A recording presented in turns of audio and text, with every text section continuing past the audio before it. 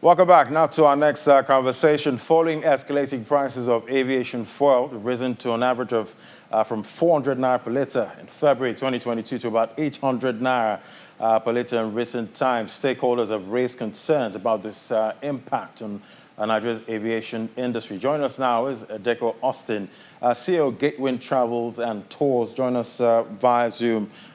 Great to have you on the show. So industry stakeholders have raised alarm about the pressures in Nigeria's aviation industry. What do you think is the way forward right now?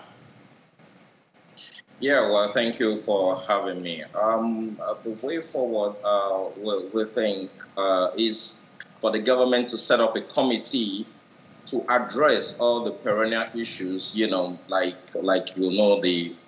Jet A1 fuel has been going up on a daily basis. The government should set up a committee to address this.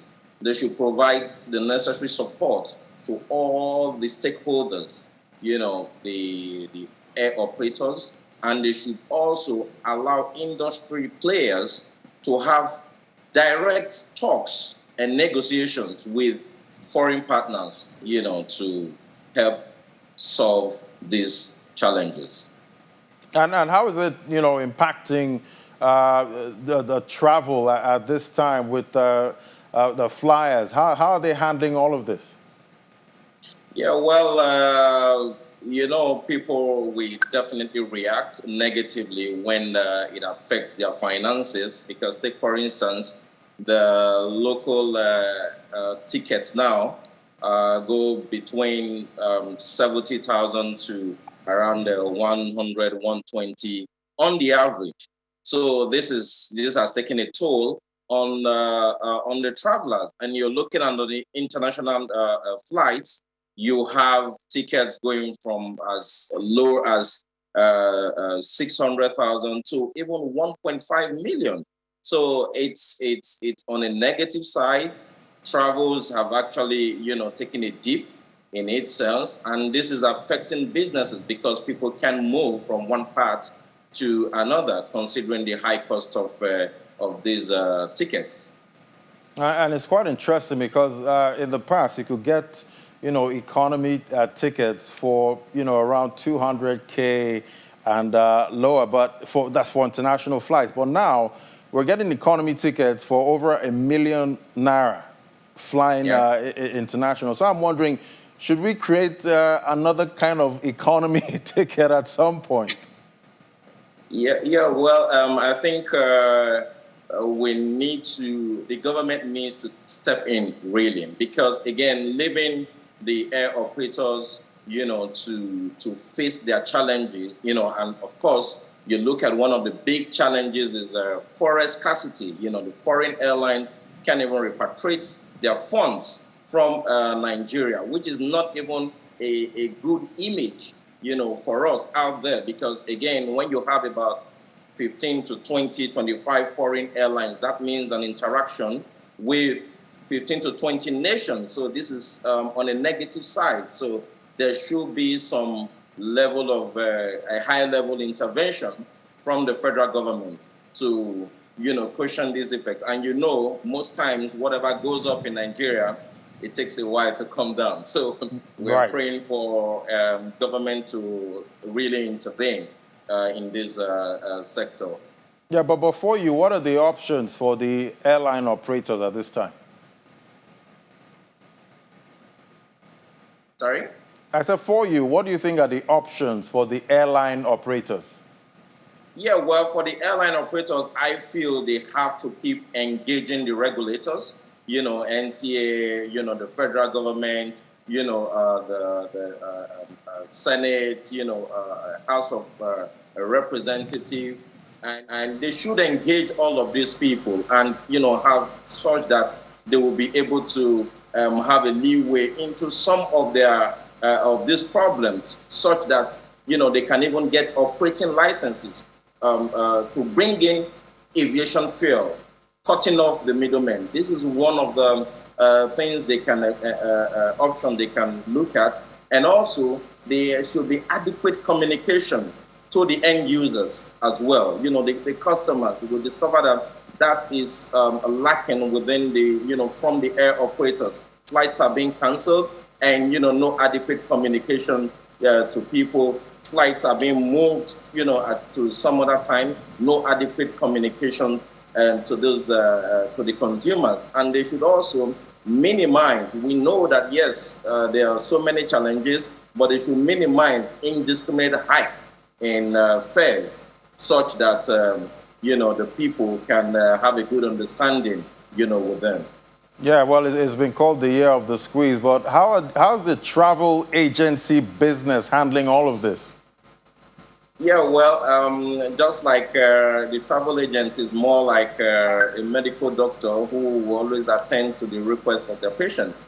So we try to look for best options, in terms of prices and in terms of less layovers, because we even have airlines, who would go, like some foreign airlines would go as far as to Ghana to get a jet aviation fare, to fly passengers to their destinations, So we try to talk to the clients, seek cheaper fares for them, and also look for alternative connecting routes, with less layovers for them.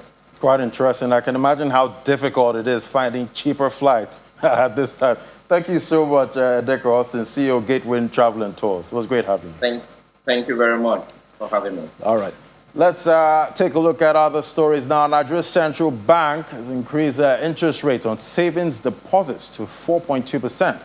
Central Bank of Nigeria has ordered banks in Nigeria to pay a savings deposit account at an interest rate of about at least 4.2%.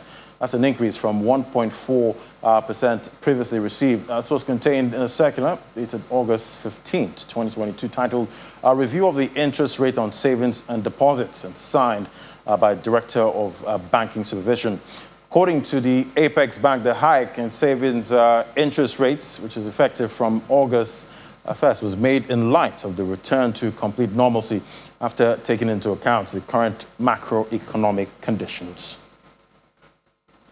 And the South African government has announced a national ban on moving cattle to curb the spread of foot-and-mouth disease. And cattle may not be moved from one property to another for a period of at least 21 days. According to the Department of Agriculture, Land Reform and Rural Development, so the cattle that are already at shows, auctions, and en route to the Republic will be given 48 hours to be permitted to move to final destinations after being sold. There'll also be exceptions, including if there's a veterinary permit for direct slaughter at the registered abattoirs and for slaughter for ritual purposes.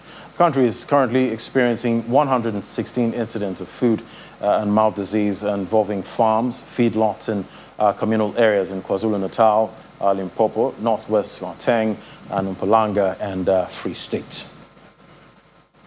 An Egyptian central bank governor has resigned, and the Egyptian president Abdel Fattah el-Sisi accepted the resignation of central bank governor Tariq Amer.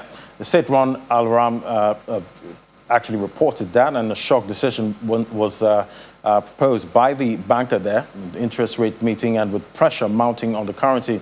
Amer was appointed as a presidential advisor, and no further details were given on his resignation, and he didn't say who would be the next governor of the central bank right there in Egypt. Derivatives traders added to bets for a weaker pound in the non-deliverable forwards market. The three-month contract was around 20.9 per dollar Wednesday, compared with 20.4. That was yesterday. The spot rate was also later changed at 19.15% against the dollar in the offshore market. The departure throws more uncertainty into the mix for an economy that's under pressure from the spillover effects of Russia's invasion of Ukraine. There's a drama-filled time in office, included a steep currency devaluation during his first 4-year stint and another in March. And now looking at the grain market, we see Chicago corn, wheat, and soybean futures fell for a second day today, pressured by rainfall across parts of the U.S. Midwest, as well as economic uncertainty in China and grain shipments from war-torn Ukraine. The most active soybean contract on the Chicago Board Trade sold for about 31 for a quarter of a cent at $13.81 a bushel, while the CBOT corn sold for about $6.10 per bushel, while the CBOT wheat ended down 15 cents to $8.02. Soybeans extended Monday's losses after falling to their lowest in more than a week as an unexpected interest rate cut in China found worries about faltering growth in the world's biggest soy importer. And with the grain story now, we end the show today. Thank you so much for watching Business Incorporated. Do remember, you can watch us again on our YouTube channel. Just search for Channels Television on YouTube. Thank you for watching. I'm Ladi Williams. Bye for now.